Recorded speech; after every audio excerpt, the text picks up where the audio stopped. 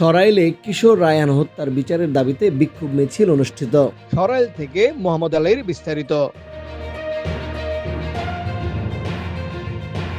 ব্রাহ্মণবাড়িয়ার সরাইল সৈয়দচুলা উত্তরপাড়ায় গত ২৯ তারিখ রাত 11:30টার সময় মাদক কেনাবেচাকে কেন্দ্র করে দুই পক্ষের সংঘর্ষে ছোটন মিয়ার ছেলে ১৪ বছরের কিশোর রায়হানকে টেটা দিয়ে হত্যা করা হয়।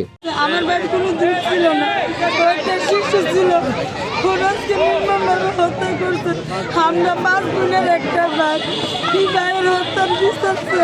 মার কুলে শিশুর লাশ আপনারা জনগণ এর কাছে, সাংবাদিকের ভাইদের কাছে আমাদের অনুরোধ, আমরা এই শিশু হত্যার বিচার চাই। এরই প্রতিবাদে 10ই জুন বুধবার সকাল 10টার সময় রায়হান হত্যার বিচারের দাবিতে এক বিশাল বিক্ষোভ মিছিলের আয়োজন করা হয়। মাননীয় প্রধানমন্ত্রী তারেক রহমান সাহেবকে বিনীত অনুরোধ করছি, আপনি ওই জিনিসটা ভালো করে খেয়াল রাখবেন, আপনার দৃষ্টি আকর্ষণ করছি। প্রশাসন যারা আছেন, মাননীয় ওসি মহোদয়, ইউনো মহোদয়, আপনাদের কাছে বিনীত নিবেদন, আমরা যাতে রায়হান হত্যার প্রকৃত খুনিদের বিচার পাই।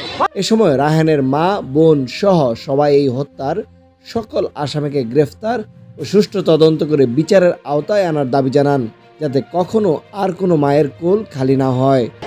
আমার হত্যা বিচারছে। আমার নিষ্পাপ ভাইজানের মায়ের আমার এক চাচা রায়হান, তাকে কিছু সন্ত্রাসী নির্মলভাবে হত্যা করিয়েছে। প্রকাশ্যে দিবালোকে আইন প্রশাসনের সামনে তারা জড়োয়াভাবে পরিকল্পিতভাবে তাকে হত্যা করিয়েছে।